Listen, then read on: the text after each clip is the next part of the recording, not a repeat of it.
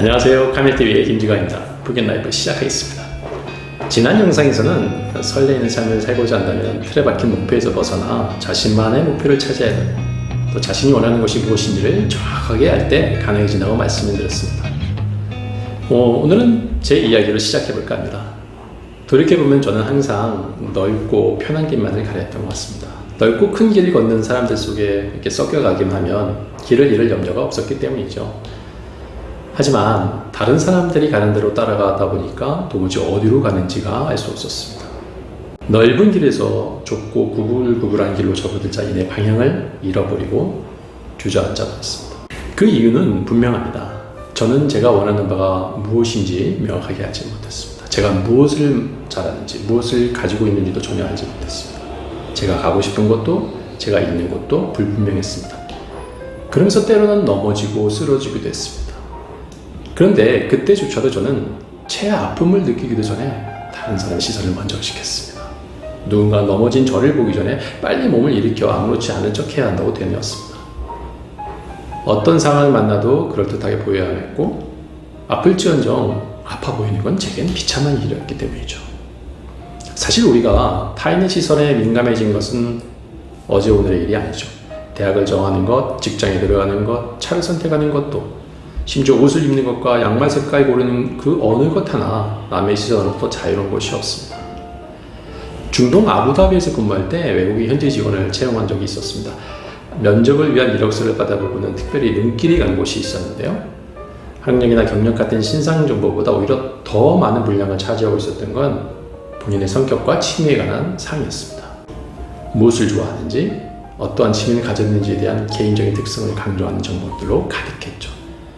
이건 회사를 지원하는 건지 동호회를 가입하기 위한 것인지 혼란스러울 지경이었습니다. 그러면서 자연스레 국내에서 직원 채용 면접 때 보았던 이력서가 떠올랐습니다. 비교도 되지 않는 그야말로 깨같은 경력과 훌륭한 스펙들로 가득했죠. 하지만 그 이력서들의 내용들은 모두 비슷비슷했습니다. 우열을 가리기가 힘들었습니다. 그 이력들을 채우기 위해 얼마나 많은 노력을 했을까 하는 생각이 들면서도 한편으로는 안타까운 마음을 지울 수가 없었습니다. 남이 바라보기에 그럴듯한 자격과 역량은 가득 채워져 있지만 안타깝게도 그 안에 사람은 없었기 때문입니다. 문득 외롭고 떳떳한 마음이 들 때가 있습니다. 고단함과 아픔을 나누기 위해 주위를 둘러보지만 그 누구와도 속 깊은 이야기를 나눌 수가 없습니다. 핸드폰 연락처를 쭉 훑어보고 카카오톡의 친구 목록을 한참 검색하지만 이내 그만두고 맙니다. 어떤 보이지 않는 울타리가 단단한 벽이 돼서 자신을 가두고 있지 않은가 하는 생각이 들기도 합니다.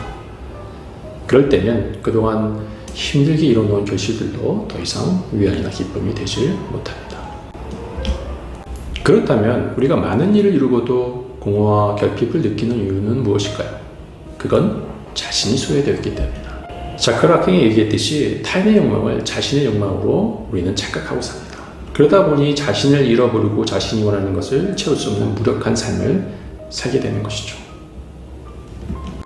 뉴욕타임스는 21세기 들어 미국 베스트셀러의 3분의 1 이상이 성공을 위한 자기개발 관련 책들이라고 밝힌 적이 있습니다. 우리는 매스컴이나 인터넷을 통해 성공한 사람들의 얘기를 간간히 접하게 됩니다. 그러면서 은연중에 그러한 성공 신화들을 동경하면서 나는 언제나 저렇게 될까 하는 꿈을 꾸곤 합니다.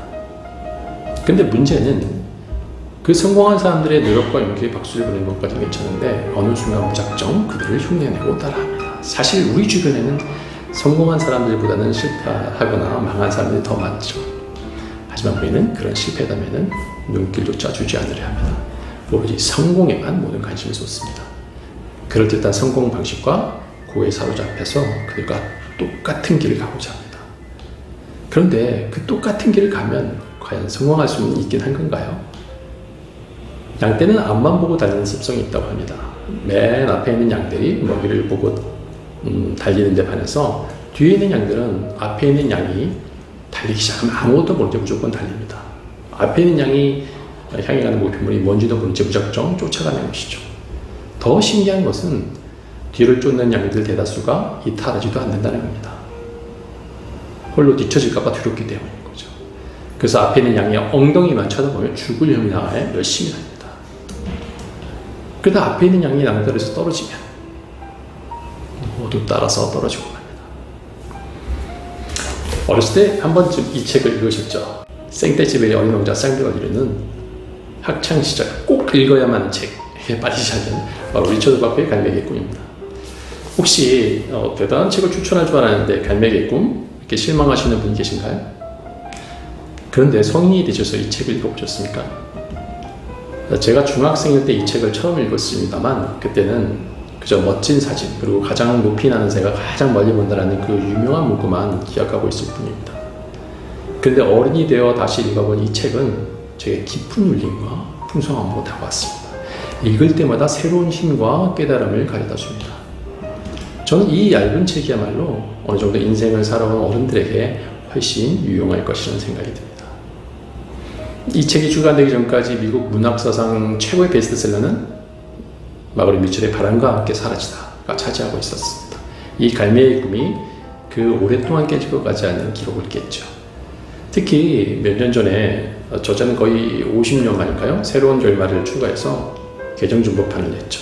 많은 독자들이 놀랐습니다. 더 놀란 것은 그 결말입니다. 우리들의 예상을 뛰어넘습니다.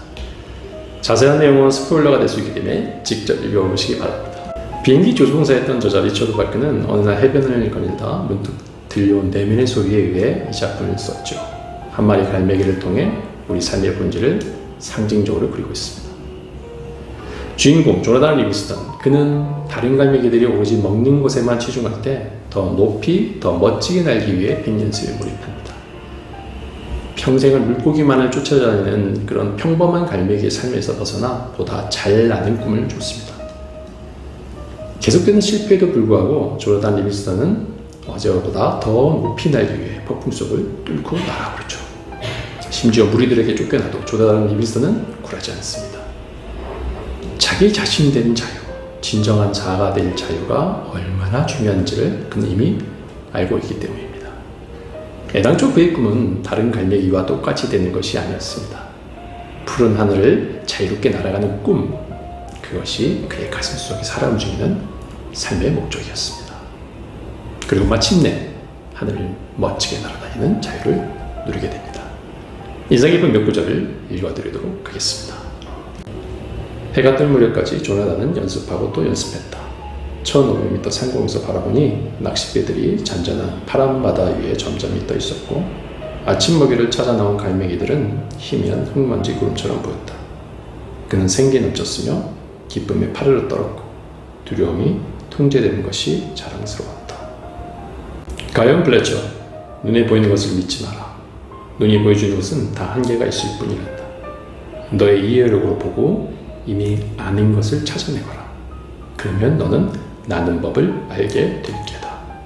조나단은 우리에게 자신의 내면에서 울리는 소리에 귀 기울이고 당당히 앞으로 나아가라고 얘기합니다.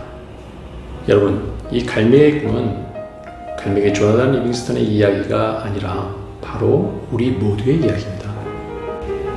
가보지 않은 길을 가보는 것. 그건 처음부터 완벽하게 하늘을 날지는 못했지만 꿈을 포기하지 않고 꾸준하게 날개짓을 했던 조나단을 닮아가는 것입니다. 세상 안에서는 막상 문이 열리더라도 날아가질 못합니다. 이미 풍요로움과 안전함에 익숙해져 있기 때문이죠. 그러나 한 번이라도 날아본 새는 비록 그 삶이 힘들고 어렵더라도 다시 세상 안으로 들어가려 하지 않습니다. 푸른 하늘을 날아다니는 자유를 가지고 싶지 않기 때문입니다. 여러분은 세상 안에 삶의 자신을 가둬놓고 계시지는 않으신가요? 어느덧 세상이 가져다주는 안락함이 취해 푸른 하늘을 잊어버리지는 않으셨나요? 네, 오늘은 여기서 작별해야 할 것 같습니다.